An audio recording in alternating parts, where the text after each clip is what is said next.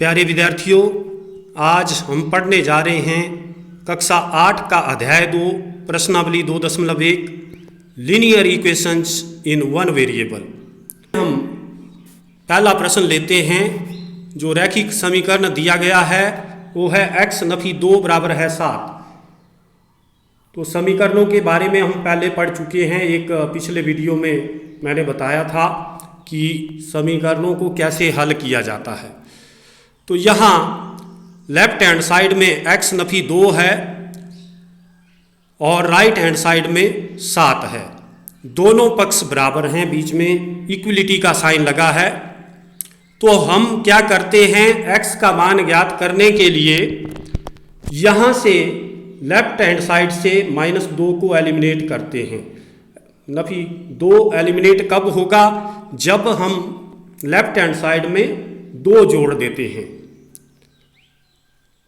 इसी प्रकार लेकिन यहाँ बीच में इक्विलिटी का साइन है। इक्विलिटी का साइन तभी बना रहेगा जब हम दोनों पक्षों में ही 2 जोड़ते हैं।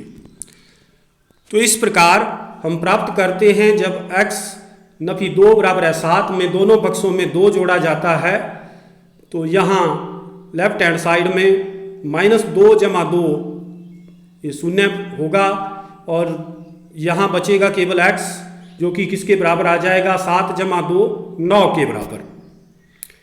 इसको हल करने का एक दूसरा और तरीका है जिसको हम बोलते हैं पक्षांतरण विधि। अब इसमें x नफी 2 बराबर है 7 है तो हमें x का मान ज्ञात करना है। इसी को एक पक्ष में छोड़ना है। नफी 2 को दूसरे पक्ष में पक्षांतरण कर देते हैं हम उसका। तो ये बन जाता है x बराबर है 7 जमा 2। जब -2 को हम दूसरे पक्ष में पक्षांतरित करते हैं तो ये +2 हो जाएगा, मतलब वहाँ दूसरे पक्ष में जाके जुड़ जाएगा। यहाँ लेफ्ट हैंड साइड में घट रहा था x से, दूसरे पक्ष में जाके प्लस हो जाएगा। तो इसका मतलब ये हुआ x का मान आ गया 9। अब हम दूसरा प्रश्न देखते हैं। इसका दूसरा प्रश्न है y जमा 3 बराबर है 10। अब इसमें आप देख रहे हैं कि लेफ्ट हैंड साइड है y जमा 3 और राइट हैंड साइड है 10 के बराबर। तो यहाँ हमने y का मान ज्ञात करना है, अर्थात y के साथ जो +3 है उसको एलिमिनेट करना है यहाँ से। ये कब एलिमिनेट होगा, अगर मैं दोनों पक्षों में 3 घटा देता हूँ।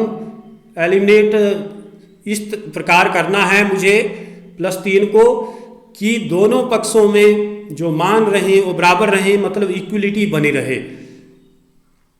तो इसके लिए हम क्या करते हैं, दोनों ही पक्षों में 3 घटा देते हैं। क्योंकि इस पक्ष में 3 घटाया है, दूसरे पक्ष में भी हमें 3 घटाना पड़ेगा। इस प्रकार हम प्राप्त करते हैं y बराबर है 7, क्योंकि जमा 3 नफी 3 यहाँ ये कैंसिल हो गया और दूसरे पक्ष में बचता है 10 नफी 3 जो कि 7 के बराबर है। अब इसको पक्षांतरण विधि द्वारा अगर हम करें तो यहाँ दिया गया समीकरण है y जमा 3 बराबर है 10। हम क्या करते हैं, y का मान ज्ञात करने के लिए y को एक पक्ष में रखते हैं तथा जमा 3 को दूसरे पक्ष में पक्षांतरित करते हैं। तो y का मान आ जाएगा 10 नफी 3।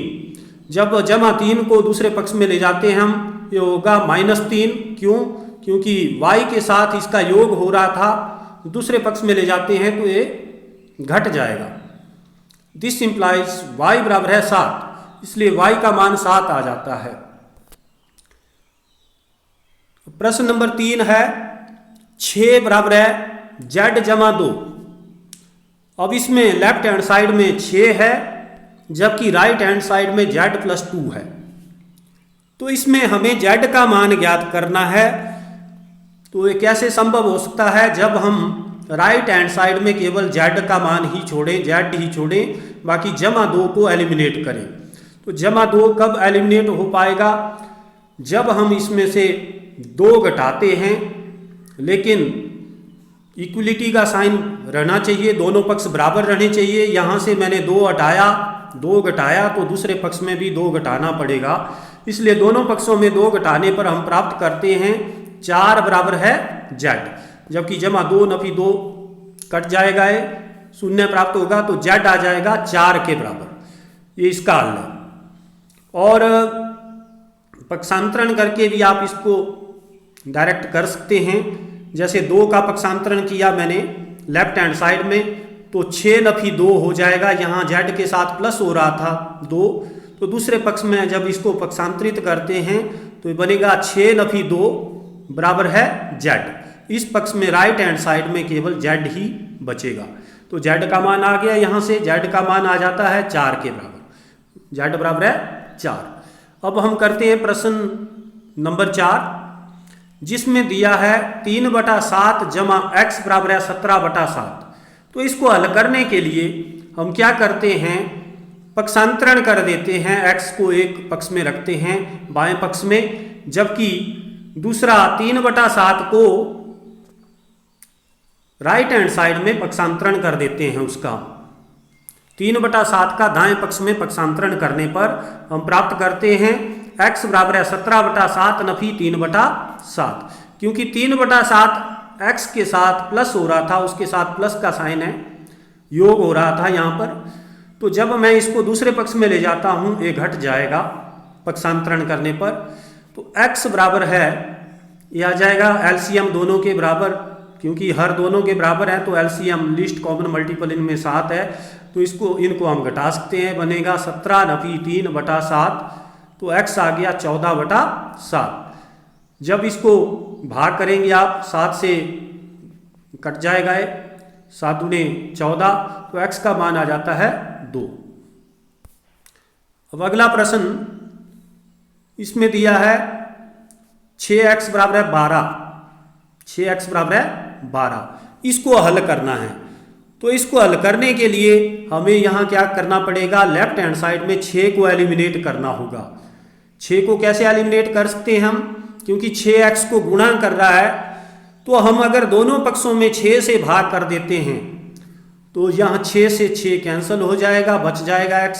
लेकिन दोनों पक्षों में हमें 6 से भाग करना होगा, तभी समता बनी रहेगी, मतलब इक्वलिटी का साइन तभी दोनों पक्षों में के बीच में रहेगा। अतः हम दोनों पक्षों में 6 से भाग करते हैं। 6x/6 बराबर है 12/6, तो 6 से 6 कैंसिल हो जाता है और 6 से 12 भी कैंसिल हो जाएगा, 6 एकम 6, 6 दूने 12, तो x बराबर आ जाता है हमारे पास 2। या हम डायरेक्ट इसको कर सकते हैं कि 6 या x को गुणा कर रहा है, लेफ्ट हैंड साइड में 6x है, इसका मतलब है 6 गुणा x बराबर है 12 दिया है। तो अगर हम 6 को दूसरे पक्ष में ले जाते हैं तो यहाँ गुणा कर रहा था x के साथ 6, दूसरे पक्ष में जाके 12 को भाग करेगा, x बराबर है 2। तो जब हम पक्षांतरण करते हैं, अगर चर के साथ वहाँ योग हो रहा है तो पक्षांतरण करने पर दूसरे पक्ष में जाके वो माइनस हो जाता है, घटता है। अगर चर के साथ इसका घटाव हो रहा है तो दूसरे पक्ष में जाके जुड़ जाता है। अगर चर के साथ इसकी गुणा हो रही है तो दूसरे पक्ष में जाके उसको भाग करेगा, दूसरे पक्ष में जाके। अगर यहाँ चर के साथ भाग हो रहा है तो दूसरे पक्ष में जाके वो गुणा करता है।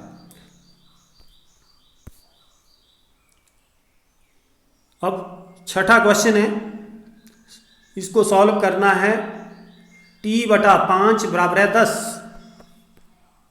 तो इसका सॉल्यूशन है, देखो यहाँ 5 जो है चर को भाग कर रहा है, t को भाग कर रहा है, हमें t का मान ज्ञात करना है। तो t का मान ज्ञात करने के लिए या तो 5 को दूसरे पक्ष में डायरेक्ट ले जाओ, यहाँ भाग कर रहा है, वहाँ क्या करेगा, गुणा करेगा। या एक तरीका जो मैंने पहले बताया कि आप दोनों पक्षों में 5 से गुणा कर दो, ताकि 5 से 5 कैंसिल हो जाएगा लेफ्ट हैंड साइड में और t का मान आ जाएगा। तो दोनों पक्षों में अगर हम 5 से गुणा करते हैं तो t/5 गुणा 5, पूरे को 5 से गुणा करते हैं, बराबर है 10 गुणा 5। अब यहाँ 5 से 5 कैंसिल हो जाता है, तो यहाँ बचता है t बराबर है 10 गुणा 5, ये हो गया 50 के बराबर। तो इस प्रकार t बराबर है 50 दिए गए रैखिक समीकरण का हल है।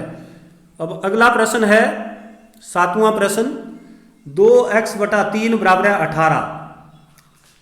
अब इसमें हमें x चर जो है अननोन नंबर x है उसका मान ज्ञात करना है।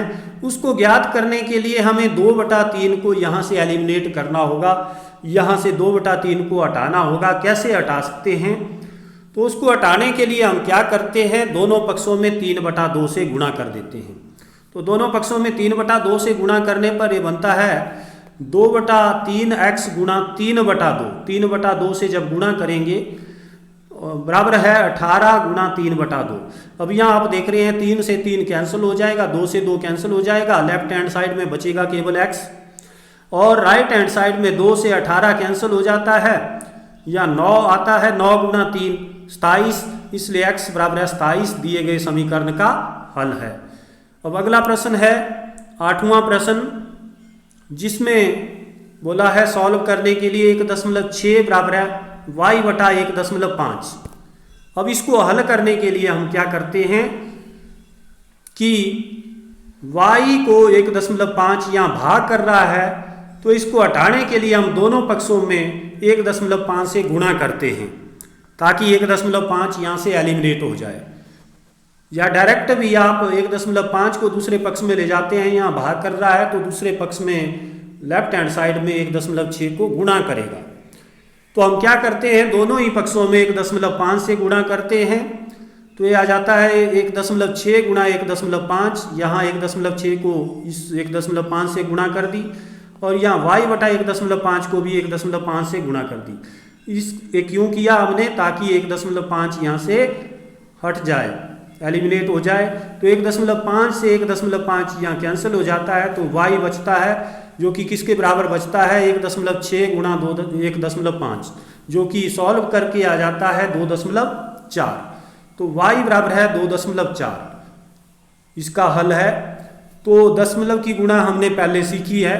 हम क्या करते हैं, जैसे 1.6 और 1.5 की गुणा करनी है हमें, तो हम क्या करते हैं कि 16 और 15 की गुणा कर देते हैं, दशमलव हटाकर पहले, तो ये आता है 240। फिर हम देखते हैं कि दशमलव के बाद कितने अंक हैं। 1.6 में एक अंक यहाँ हुआ, 1.5 में एक अंक यहाँ है, तो दशमलव के बाद कुल अंकों की संख्या होगी 2। तो उत्तर में भी दशमलव के बाद कुल अंकों की संख्या 2 होनी चाहिए। जैसे यहाँ पर हमने 240 में दशमलव लगाना है, तो दशमलव के बाद 2 अंक होने चाहिए। ये बन जाता है 2.40, जिसको हम लिखते हैं 2.4। अब अगला प्रश्न है 9वां प्रश्न। इसमें सॉल्व करना है हमने, रैखिक समीकरण है 7x - 9 बराबर है 16। तो इसको हल करने के लिए हम क्या करते हैं, देखिए यहाँ हमें x का मान ज्ञात करना है, तो पहले तो हमें यहाँ से -9 को एलिमिनेट करना है। तो इसको एलिमिनेट करने के लिए हम इसको क्या करते हैं, transposing -9 to right hand side, मतलब -9 को दाएं पक्ष में हम पक्षांतरण करते हैं इसका। तो यहाँ ये घट रहा था, दूसरे पक्ष में जाके 16 में प्लस हो जाएगा। तो 7x बराबर है 16 जमा 9 बन जाता है, इसलिए 7x बराबर है 25 आया। अब हम क्या करते हैं, 7 को भी दूसरे पक्ष में ले जाते हैं, तो 7 यहाँ x के साथ गुणा कर रहा था, अगर हम दूसरे पक्ष में ले जाते हैं इसको, तो 25 को भाग करेगा। इस प्रकार या इस तरीके से भी कर सकते हैं कि दोनों पक्षों में हम 7 से भाग कर दें, बटा 7 यहाँ भी बटा 7, तो यहाँ 7 से 7 कैंसिल हो जाएगा, और यहाँ बच जाएगा 25/7, इसलिए x का मान आ जाएगा 25/7। अब अगला प्रश्न है प्रश्न नंबर 10। इसमें है 14y - 8 बराबर है 13। तो इसको हल करते हैं। अब 14y - 8 बराबर है 13 में हमें y का मान ज्ञात करना है, तो पहले हम नफी 8 का पक्षांतरण करेंगे दूसरे पक्ष में। यहाँ 14y में से घट रहा था, दूसरे पक्ष में जाके इसका योग होगा 13 के साथ, तो 14y बराबर है 13 जमा 8, तो ये बन जाता है 14y बराबर है 21। हमने क्या किया, नफी 8 का दाएं पक्ष में पक्षांतरण किया है, तो पक्षांतरण करने पर नफी 8 जो है +8 में बदल जाएगा, वहाँ जुड़ जाएगा। अब हम क्या करते हैं, दोनों ही पक्षों में, क्योंकि हमें y का मान ज्ञात करना है, 14 को भी यहाँ से एलिमिनेट करना है, तो 14 को हटाने के लिए हम क्या करते हैं, दोनों पक्षों में 14 से भाग कर देते हैं। तो 14 से यहाँ जब 14y को 14 से भाग किया और 21 को भी 14 से भाग करते हैं तो यहाँ 14 से 14 कैंसिल हुआ, बच गया y। और दूसरे पक्ष में भी 7 से दोनों को भाग हो जाता है, 7 या 21, 7 दूने 14। एक ही संख्या से आपने दोनों को भाग करना है, बड़ी से बड़ी संख्या जिससे दोनों को भाग हो जाए। तो यहाँ 7 से दोनों को भाग हो जाता है, बड़ी से बड़ी संख्या जिससे दोनों को भाग हो जाए 7 है।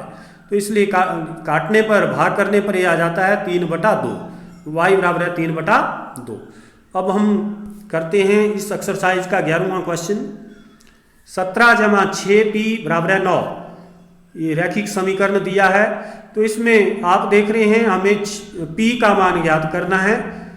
तो पहले हम 17 को एलिमिनेट करते हैं, यहाँ से 17 को दूसरे पक्ष में पक्षांतरित कर देते हैं। तो दूसरे पक्ष में जाके माइनस हो जाएगा, क्यों? क्योंकि 17 यहाँ इसके साथ प्लस हो रहा था, तो दूसरे पक्ष में जाके क्या होगा, माइनस 9 नफी 17। तो 6p आ गया -8 के बराबर। 9 नफी 17 बराबर है नफी 8 होता है।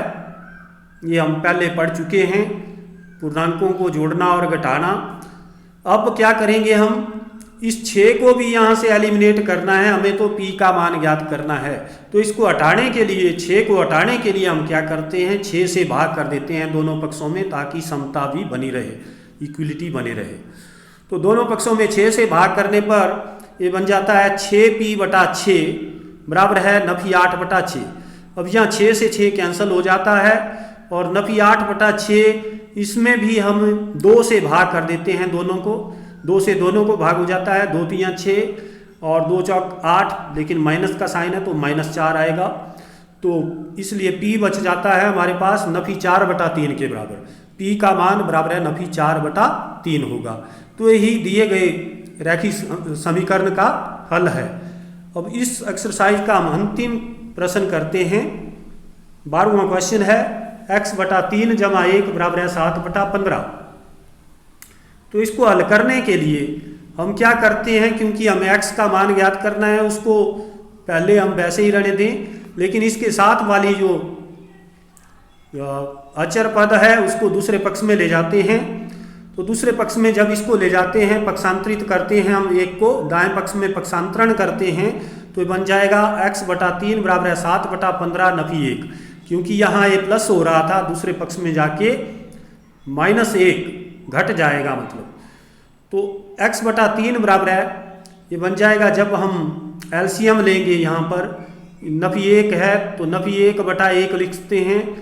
और क्योंकि हर अब 1 ही है, इसमें दूसरे वाली संख्या में 7/15 में हर 15 था, तो हम तब तक भिन्नों को नहीं घटा सकते जब तक उनके हर बराबर नहीं होते। तो हम 15 और 1 का एलसीएम लेते हैं, 15 आता है, दोनों के हरों को 15 के बराबर बनाना पड़ेगा। तो 15 से यहाँ गुणा करेंगे अंश में भी हर में भी, दूसरी भिन्न में 1/1 में, तो ये बन जाएगा 15/15।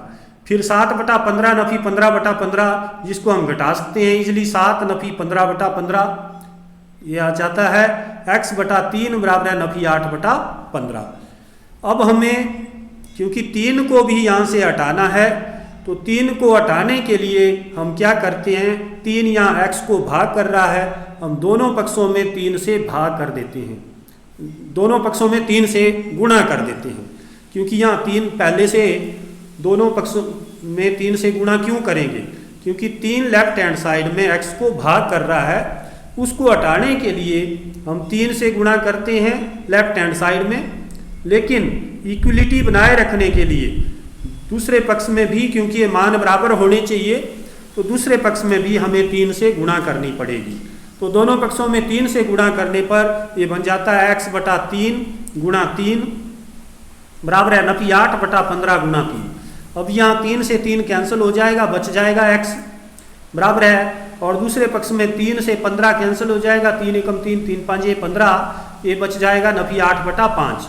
इसलिए x बराबर है नफी 8/5 दिए गए रैखिक समीकरण का हल है।